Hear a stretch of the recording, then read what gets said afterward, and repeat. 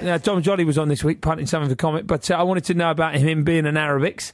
I'll be honest with you, I think the fact I haven't slept much lately is beginning to show on the sur le show.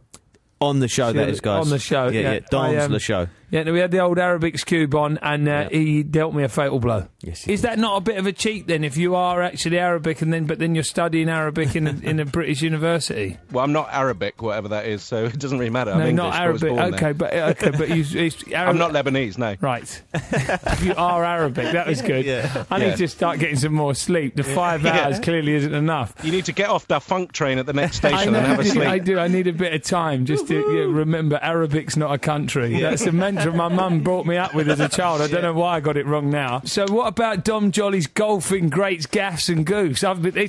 Wow, alliteration from heaven. There. It's the DVD I've been looking for. Yeah. Is it a spoof or not? That's what you want to know. Is it a spoof or not? I know it is. Yeah. I know it is, because you're no man who can spell mnemonic like that badly. Or mnemonic would do a DVD like that. I would, because I love golf and it gives me loads of freebies on every golf course around the world. Really? Yeah. Do you love golf? I do genuinely love golf. What do you play off?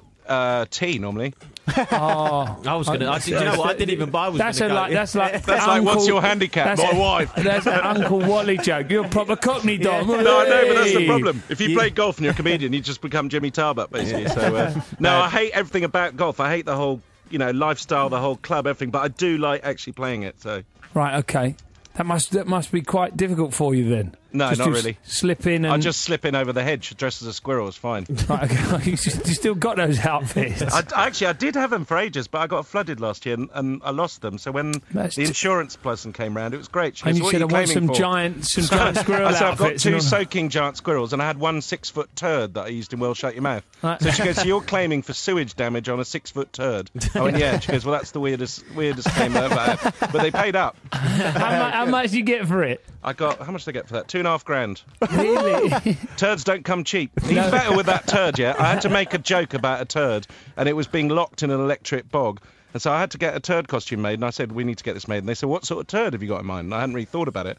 And my dog had laid a turd on the lawn. So I took a picture of it, sent it to them, they did it. And I'm always thinking, when my dog was watching TV, did he sit there and go, is that my turd? Which is too surreal. What are you punting them for real?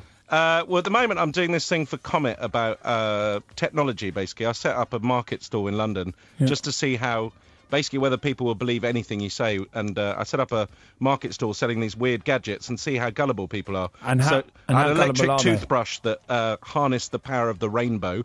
A Dom sat-nav, which basically produced a 3D hologram within your car of where you were going. And I thought I'd start with these ridiculous ones. And this is in a market store, like, where everything else is a quid. And people just totally went for it. There's a guy going, so, do I need to see the rainbow while I'm using the toothbrush? Or does it store it for later use? And you're just like, I can't believe that. And I realised that actually... people just totally believe that technology now can do anything. Yeah. And so you could sell anything, basically. I actually quite want a rainbow So do I. Everybody wants one now. I'm thinking I might send my own range, basically, along with my golf DVD. It'd be good. Yeah. Be like a freebie with it.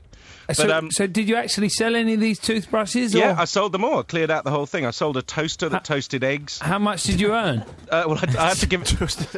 I had to give it back, sadly, which was really annoying. But I could have walked away with over £1,000 for basically just a bunch of rubbish.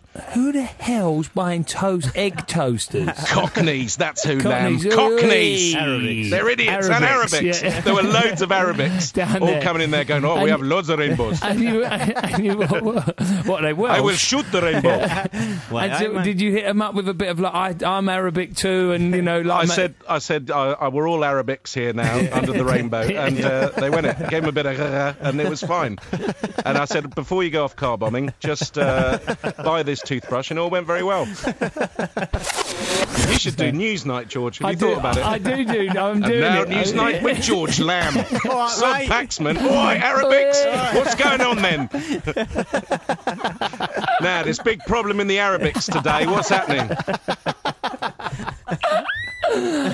You're probably funny. You've been found out, George. I know. You're enjoying the George Lamb podcast, where you got ears, don't you? 6 Music.